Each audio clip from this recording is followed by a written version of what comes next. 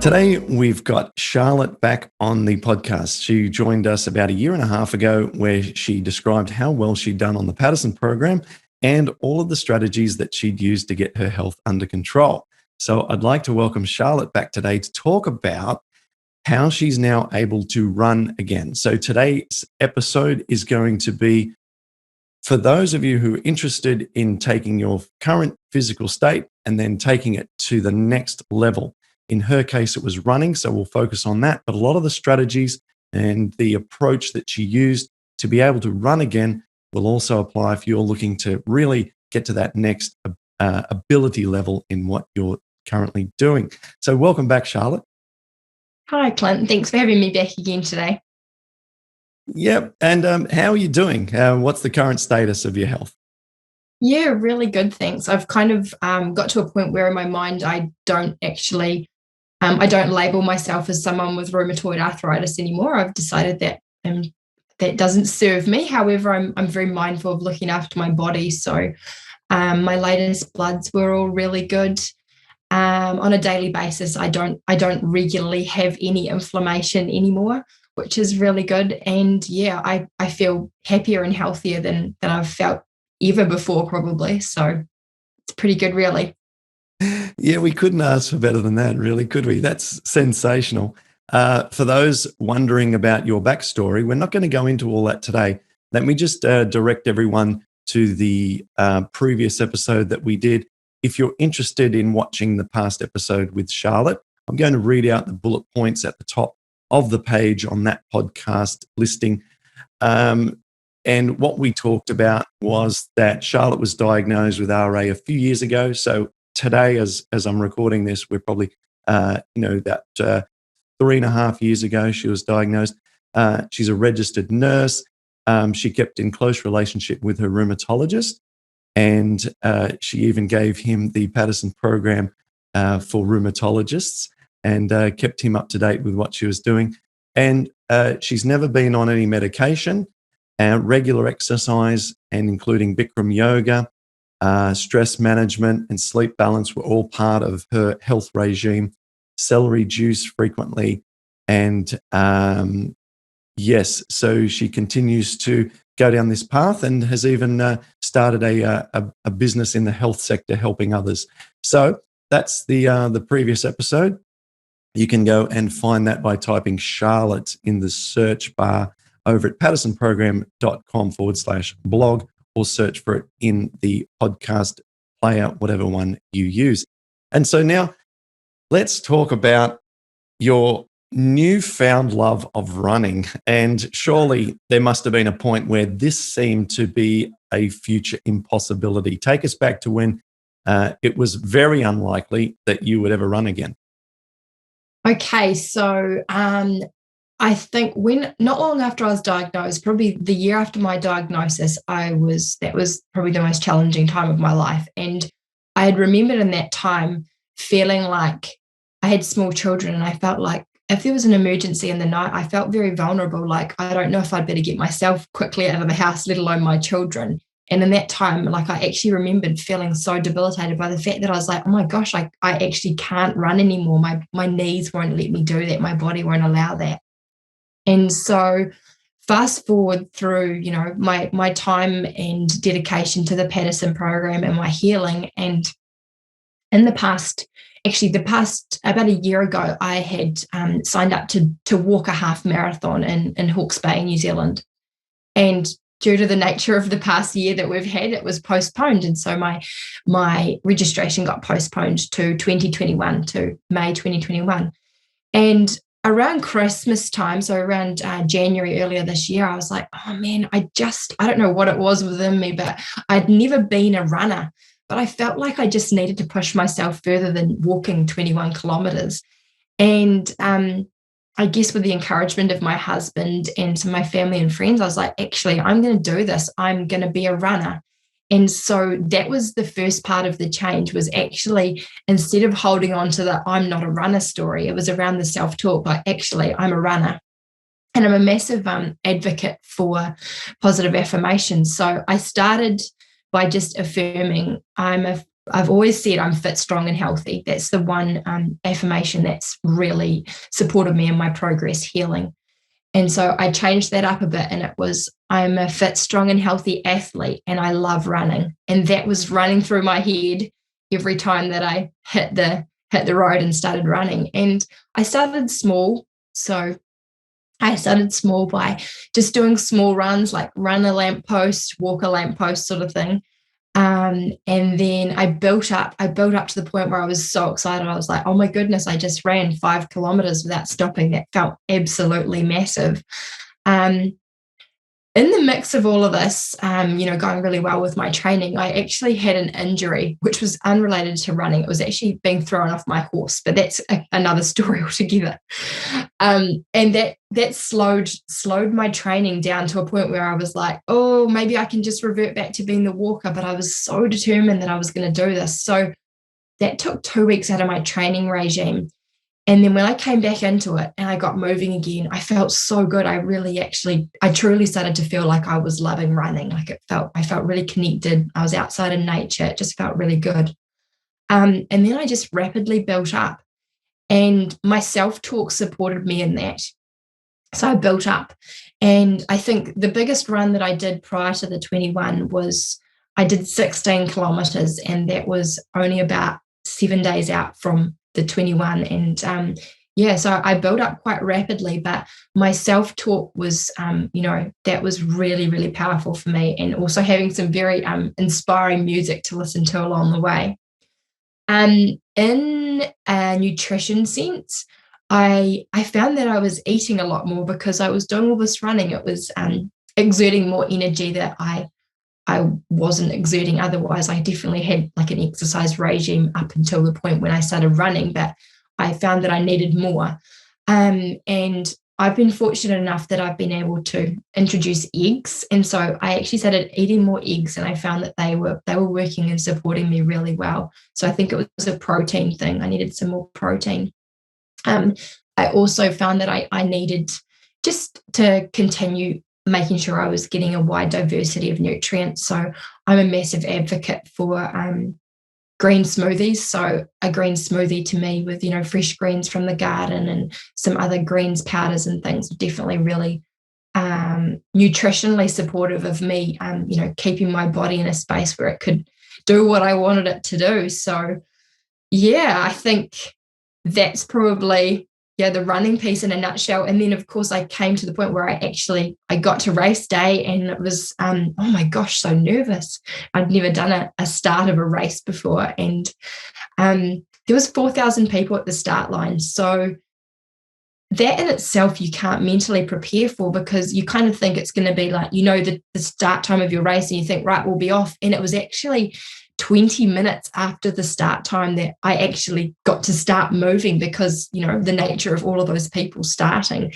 And mentally, that was the biggest challenge of the day, actually, was actually just like, I want to go now, I'm ready, And yeah, I was really happy with how it went. I found my groove and my pace.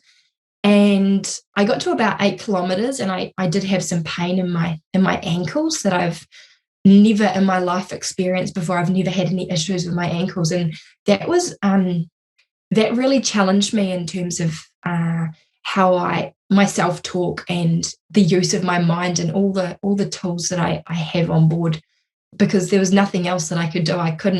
I wasn't prepared to opt out, even though in the same frame I'm very mindful of listening to my body. I was like, oh my goodness, how can this be happening? But telling myself I'm fit, strong, and healthy, I'm a marathon runner, all of these things, it got me through. And I got to about the 12K mark, and I'd completely forgotten that I had pain in my feet. It was gone. So that was great. And yeah, coming over the finish line, like probably the last 3 kilometers of the race were the best kilometers of all. And there was nothing quite like crossing that line, and my husband, my children, my mum and dad all being there to support me. It was just a really, really special day for me, and it really marked a significant milestone in my healing and my health journey. Like, to be able to run a half marathon, like, it was massive. So yeah, that's where I'm at with that. It feels pretty good. Yeah, it's thrilling, isn't it, to run?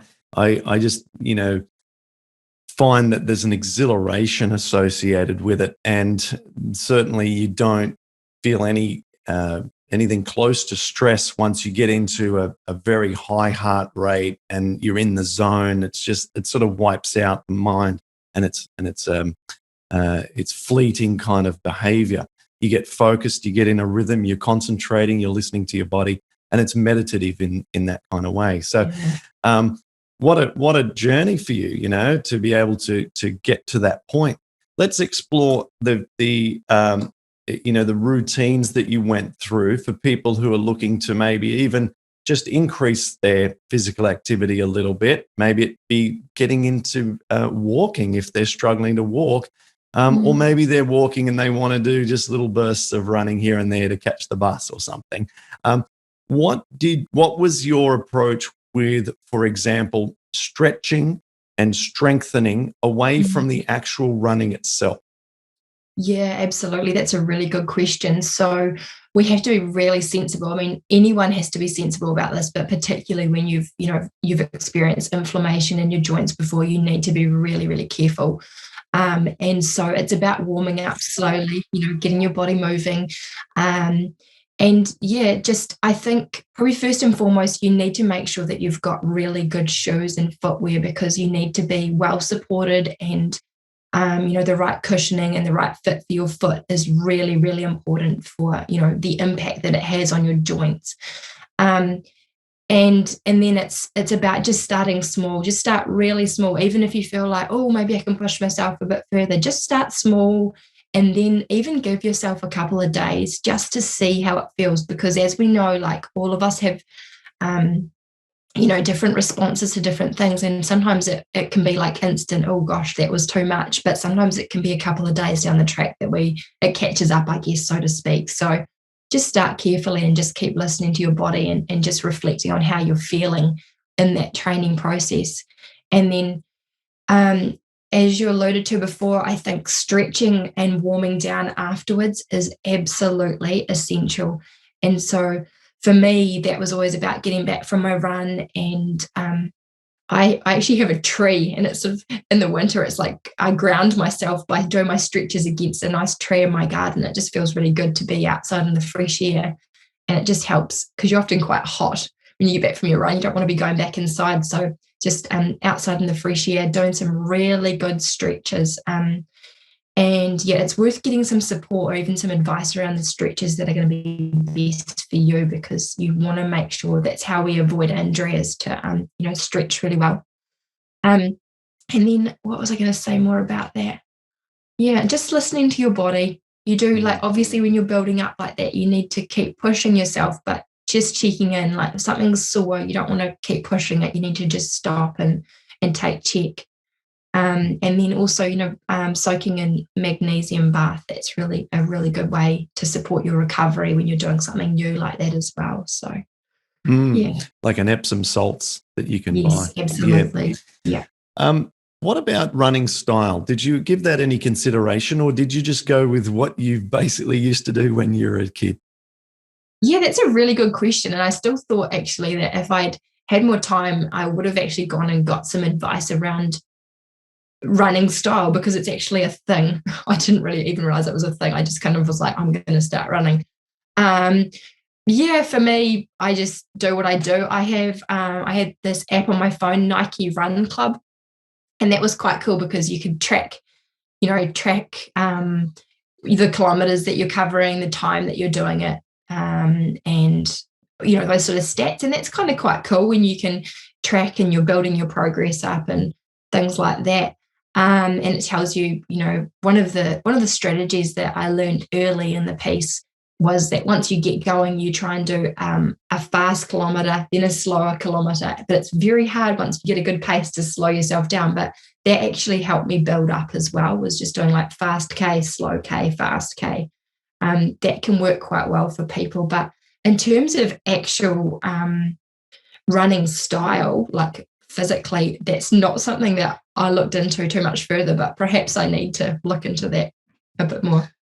Maybe that's in the advanced category. You've certainly overcome enough. to get Yeah. to where you are now. What about problem areas? Were there, was you mentioned your ankles on the big run, but Mhm. is there an area of your body that tends to complain? And if so, how do you keep that under control between runs? Yeah, so for me at the moment, like inflammation at the moment is usually like if my immune system's low or if I know I've eaten something that, generally if I've eaten sugar or which I don't eat a lot of at all, but occasionally sugar sneaks in and that definitely causes inflammation like through and through. Um, I also had an episode where I got glutened. Well, actually, no, it wasn't gluten so much. I'm actually okay with gluten. I can have my oats, but I'm very sensitive to wheat, and I had wheat by mistake, and that caused a massive inflammation that took me about 2 weeks to get on top of. So, but on a daily basis, one of the things that supports me in keeping the inflammation down, which is predominantly like my hands, my wrists. Sometimes I feel it a little bit in my knees, or on really cold days, I feel it in my hips. And so, if that to manage that on a daily basis, I've found that CBD oil is really supportive. Okay. Yeah. Talk about that then. Yeah, so I just found that I've never taken any other medications, but that one in particular has just really helped me to keep any underlying inflammation under control. And certainly, if something creeps up, like when I managed to have some wheat, and clearly I didn't agree with wheat, it helped me to regain some more control and reduce that inflammation probably a little more rapidly than before. So, yeah, I found that really supportive. CBD oil's just massive in the States. And whenever we're living over there, it comes up a lot, even in discussions with my neighbors. One of my neighbors over there is invested in basically a CBD provider farm, where, g'day, where, it's just a really sort of growth industry. And so I've had a lot of discussions around it. I've tried it, and my experience with it is that it's a little bottle and it's dropper under the tongue. I find that it provides a soothing effect, a calming effect, and I was taking it at night, some nights to assist my sleep for a while. Um, yeah, so my experience with it was that it was just a sort of a calming, a sort of almost like a numbing kind of experience to the body.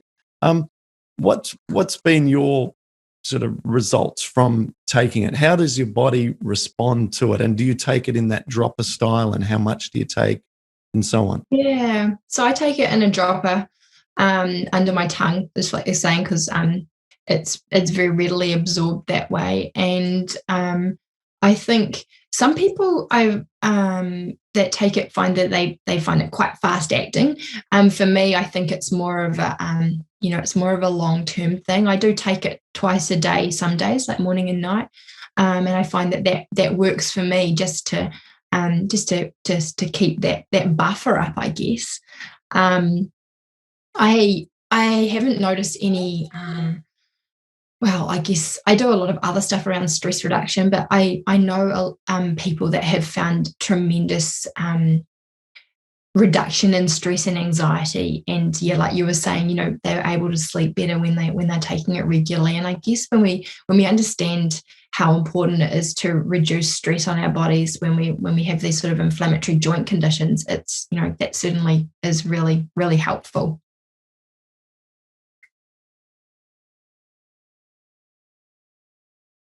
So the only question I had regarding the CBD oil is, does it ever make you lethargic or tired or just sleepy or affect your athleticism? Not that I've found for myself, but I have certainly heard others, feel like it has made them feel a little bit sleepy at times. But for me, I haven't had any of those sort of side effects. So I'm, grateful to have it as a tool in my kit, I guess you could say. Okay. So you've got your diet dialed in. You're running, and you're making sure that you're keeping your body nimble and stretched, and therefore preventing injuries with that. Your appetite has increased as a result of doing the extra physical activity.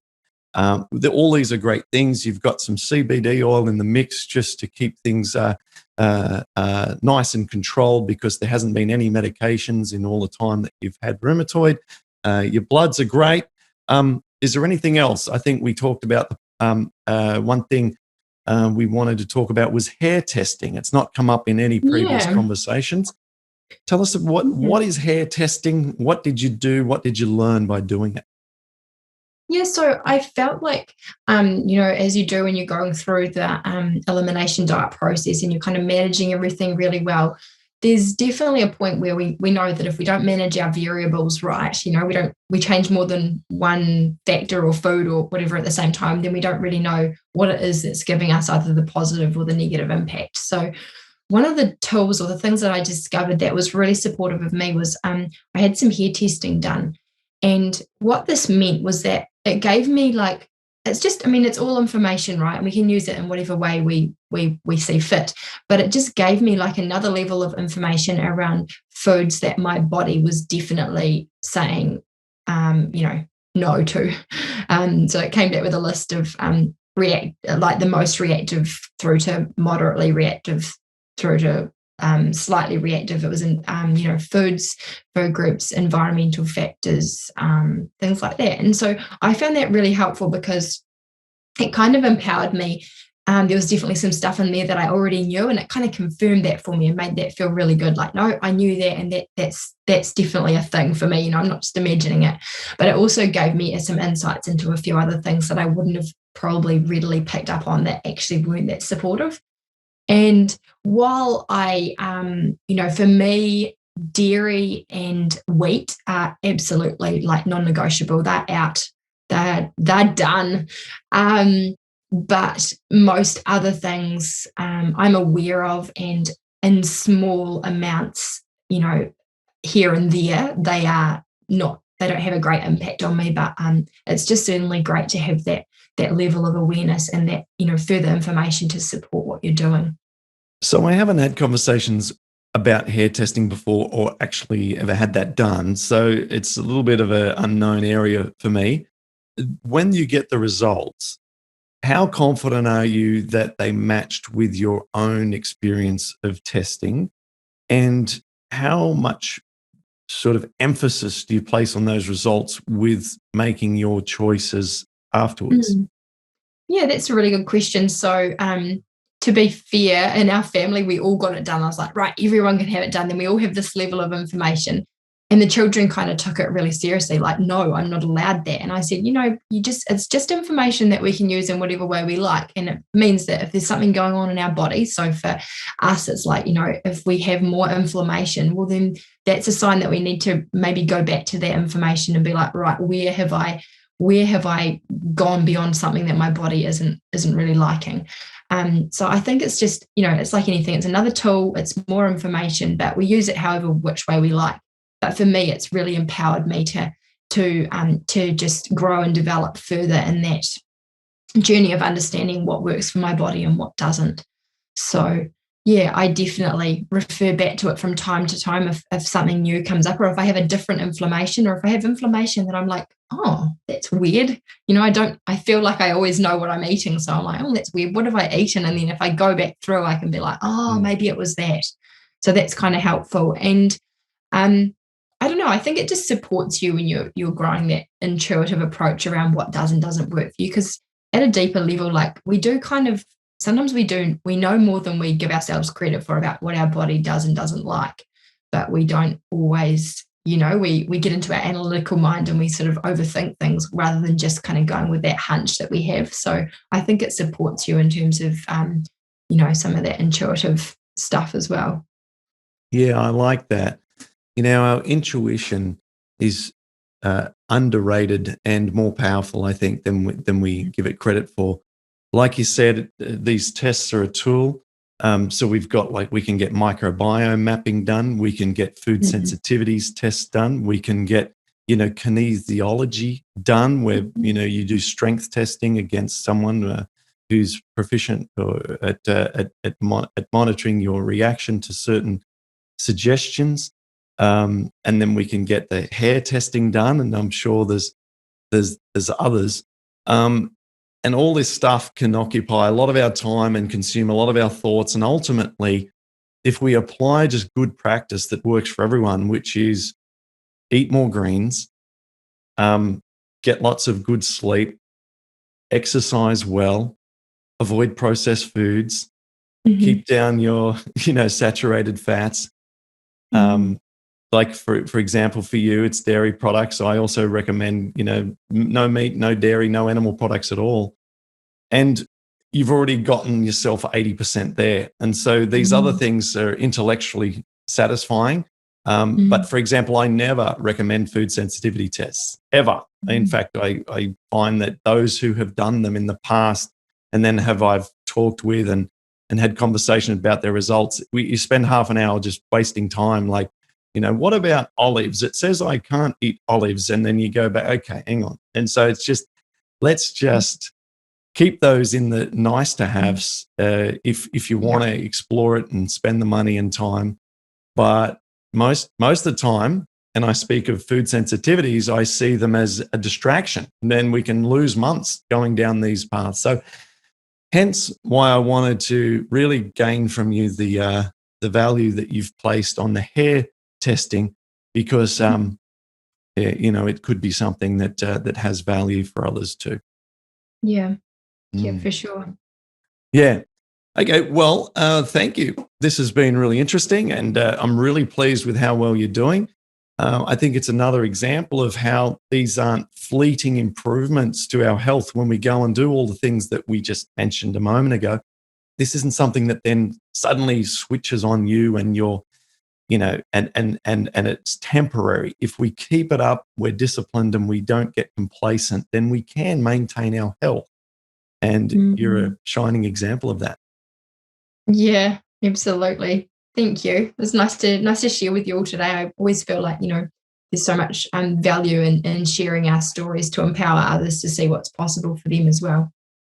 What's next for you? Do you have more running ambitions? Do you have other sort of mountains to climb? What is it that's getting you out of bed?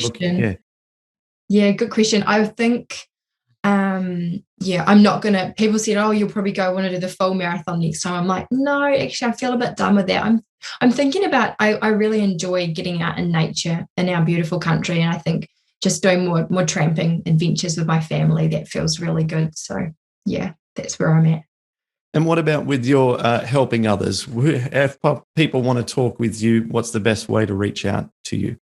Yeah, so that's a good question. I'm actually right in the process of changing up my website. So perhaps at a later date, you could come back and edit my website details attached to this podcast for me. So at the moment, probably you're best to contact me via my website, which is www.wealthofhealth.co.nz, or actually just find me on Instagram, which is really easy, charlotte.healed.